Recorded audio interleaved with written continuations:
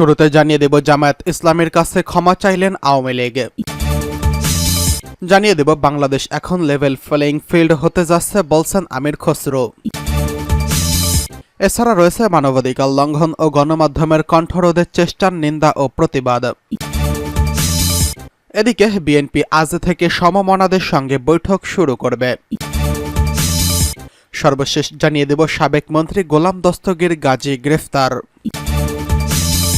এবার জামায়াত ইসলামের কাছে প্রকাশ্যে ক্ষমা চাইলেন আওয়ামী লীগ।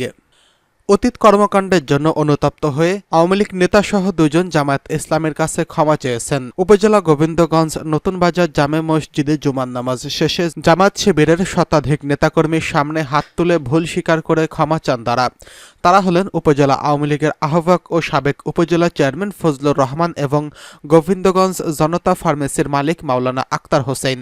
জানা যায় গত বছরের 5ই ফেব্রুয়ারি শিক্ষানীতি ও বর্তমান পাঠ্যপুস্তকের ভুল সংশোধন নিয়ে বক্তব্য দেওয়ায় মসজিদের গোবিন্দগঞ্জ নতুন বাজার মসজিদের খতিব এবং গোবিন্দগঞ্জ ফজলিয়া সিনিয়র আলিয়া মাদ্রাসার সাবেক অধ্যক্ষ বিশিষ্ট আলেম জামায়াত নেতা আল্লামা আব্দুল সালাম এবং 5 জনের বিরুদ্ধে মিথ্যা ও গায়েবী মামলা করেন আওয়ামী লীগের উপজেলা গোবিন্দগঞ্জ সৈয়দগাঁও ইউনিয়নের গোবিন্দগঞ্জ নতুন বাজার এলাকার বাসিন্দা মৃত দরাসাত আলীর ছেলে কাউসার আহমেদ।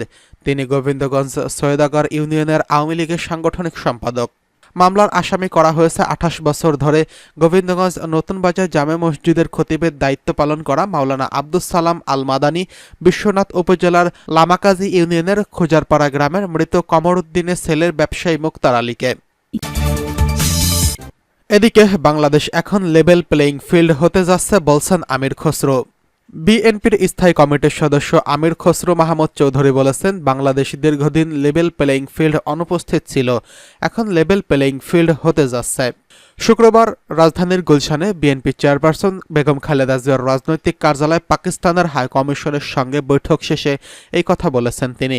বৈঠকে বিএনপির মহাসচিব মির্জা ফখরুল ইসলাম আলমগীরের নেতৃত্বে আমির খসরু মাহমুদ চৌধুরী ছাড়াও উপস্থিত ছিলেন শ্যামা ওবায়েদ। যদিও সম্প্রতি ফরিদপুরের মারামারির ঘটনায় বিএনপি থেকে শ্যামা ওবায়েদের সকল পদ স্থগিত করার গুঞ্জন রয়েছে। আমির খসরু বলেন, ঢাকায় নিযুক্ত পাকিস্তানের হাই কমিশনের সৌজন্য সাক্ষাৎ করেছেন। সাক্ষাতে আমাদের দ্বিপাক্ষিক বিষয়গুলো নিয়ে আলোচনা করেছি। দুই দেশের মধ্যে ব্যবসা বাণিজ্য অর্থনৈতিক সবকিছু আলোচনায় এসেছে। আমাদের সকলের স্বাধীনতা সার্বভৌমত্ব অক্ষুণ্ণ রেখে একে অপরের সঙ্গে যে সম্পর্ক সেটা এগিয়ে নিতে আলোচনা হয়েছে। আঞ্চলিক সহযোগিতার বিষয় নিয়েও আলোচনা হয়েছে। আমাদের পুরো দক্ষিণ এশিয়ার আঞ্চলিক সহযোগিতার মাধ্যমে কি করতে পারি পুরো অঞ্চল নিয়ে আলোচনা হয়েছে। আমির খসরু বলেন, দুই দেশের মধ্যে যে সম্ভাবনাগুলো রয়েছে, ব্যবসা বাণিজ্যের অর্থনৈতিক সম্ভাবনাগুলো নিয়ে আলোচনা করেছি। মূলত ব্যবসা বাণিজ্যের ভিত্তিটা হলো কম্পারেটিভ অ্যাডভান্টেজের ভিত্তিতে, যা বাংলাদেশে অনেকদিন অনুপস্থিত ছিল, যেখানে পৃষ্ঠপোষকতার একটা ব্যবসা বাণিজ্য ছিল, যার কারণে কিছু লোক লাভবান হয়েছেন, লেভেল প্লেইং ফিল্ড ছিল না। আমরা আলোচনা করেছি, বাংলাদেশ এখন লেভেল প্লেইং ফিল্ড হতে যাচ্ছে। এই লেভেল প্লেইং ফিল্ডে কম্পারেটিভ অ্যাডভান্টেজের ভিত্তিতে যাদের যেখানে অ্যাডভান্টেজ আছে সেখানে একে অপরকে সহযোগিতা করব। তিনি বলেন, বাংলাদেশের যে পররাষ্ট্রনীতি, জাতীয়তাবাদী দলের যে পররাষ্ট্রনীতি, সকলের সঙ্গে সুসম্পর্কের মাধ্যমে আমরা বাংলাদেশের পররাষ্ট্রনীতিকে এগিয়ে নিতে চাই। সব ধরনের সহযোগিতা কিভাবে এগিয়ে যাবে এই বিষয়গুলো নিয়ে আলোচনা হয়েছে। আমরা মনে করি সবার জন্য সমান অধিকার রেখে, লেভেল প্লেইং ফিল্ড রেখে এই দ্বিপাক্ষিক এবং আঞ্চলিক সহযোগিতার ভিত্তিতে আমরা এগিয়ে নিয়ে যাব। বন্যা প্রসঙ্গে জানতে চাইলে তিনি বলেন, বন্যা ইস্যুতে দলের নেতাকর্মীরা কাজ করে যাচ্ছেন, আমি আগামীকাল যাব। এখন বন্যা নিয়ে কথা বললে ইস্যুটা ডাইভার্ট হয়ে যাবে। আমি তো বলতে পারি না, কিন্তু আজকে তো ফোকাসতে থাকবে না। প্রত্যেকটা মিটিংয়ের একটা ভবিষ্যৎ আছে। আপনারা তো রিপোর্ট করবেন বাংলাদেশের ভবিষ্যৎ কোথায় যাচ্ছে। আজকের মিটিংটা একটা গুরুত্বপূর্ণ মিটিং। মানবাধিকার লঙ্ঘন ও গণমাধ্যমের কণ্ঠরোধের চেষ্টায় নিন্দা ও প্রতিবাদ। অন্তর্বর্তীকালীন সরকার দায়িত্ব গ্রহণের পর বিভিন্ন শ্রেণী পেশার মানুষকে ঢালাওভাবে হত্যা ও আসামি করা হয়েছে। ইতিমধ্যে বহু বুদ্ধিজীবী, সাংবাদিক ও অ্যাক্টিভিস্টদের নামে মামলা হয়েছে এবং একাধিক গুরুত্বপূর্ণ ব্যক্তিকে রিমান্ডে নেওয়া হয়েছে। এসব ঘটনা মানবাধিকারের সুস্পষ্ট লঙ্ঘন। আমরা এর নিন্দা ও অবিলম্বে বন্ধের দাবি জানাচ্ছি। আওয়ামী লীগের যুগ্ম সাধারণ সম্পাদক আফামা বাহাউদ্দিন নাসিম এক বিবৃতিতে এসব কথা বলেন। বিবৃতিতে বলা হয়েছে, বিরুদ্ধ মত দমনে অন্তর্বর্তীকালীন সরকার হত্যা মামলাকে হাতিয়ার হিসেবে ব্যবহার করছে। যাদেরই এই অনির্বাচিত সরকার প্রতিপক্ষ মনে করছে তাদেরই হত্যা মামলায় ফাঁসানো হচ্ছে। বাস বিচারহীনভাবে প্রতিপক্ষকে দমনে হত্যা মামলায় এমন অপব্যবহার বাংলাদেশ কখনোই দেখেনি। সম্প্রতি রাজধানীর উত্তরা এলাকায় একটি হত্যা মামলায় সাংবাদিক শাকিল আহমেদ ও ফারজানা রূপাকে গ্রেফতার দেখিয়ে রিমান্ডে নেওয়া হয়েছে। গত বৃহস্পতিবার যাত্রাবাড়ী থানায় দায়ের করা একটি হত্যা মামলায় আওয়ামী লীগ সভাপতি শেখ হাসিনা সহ ৭১ টিভি ব্যবস্থাপনা পরিচালক মোজাম্মেল বাবু, ৭১ টিভির সাবেক বার্তা প্রধান সৈয়দ ইশতিয়াক রেজা, সময় টিভির ব্যবস্থাপনা পরিচালক সিইও আহমেদ জোবায়ের এবং এটিএন নিউজের সাবেক বার্তা প্রধান মুন্নি সাহা, ৭১ টিভির প্রিন্সিপাল করেসপন্ডেন্ট ফারজানা রূপা, ৭১ টিভির চাকরিচ্যুত head of news Shakil Ahmed ও সাবেক প্রধানমন্ত্রীর প্রেস সচিব মাইনুল ইসলাম খানকে আসামি করা হয়েছে। সাংবাদিকদের বিরুদ্ধে হত্যা মামলা দায়ের করার প্রতিবাদ জানিয়েছে দেশি বিদেশি বিভিন্ন সংগঠন, কিন্তু এসব প্রতিবাদ ও উদ্বেগের তোয়াক্কা করছে না সরকার।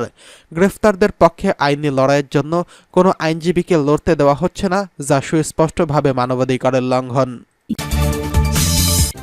এদিকে বিএনপি আজ থেকে সমমনাদের সঙ্গে বৈঠক শুরু করবেন। সরকার পতনের পর সমমনা দল জোটের সঙ্গে আবারও বৈঠক করতে যাচ্ছে বিএনপি।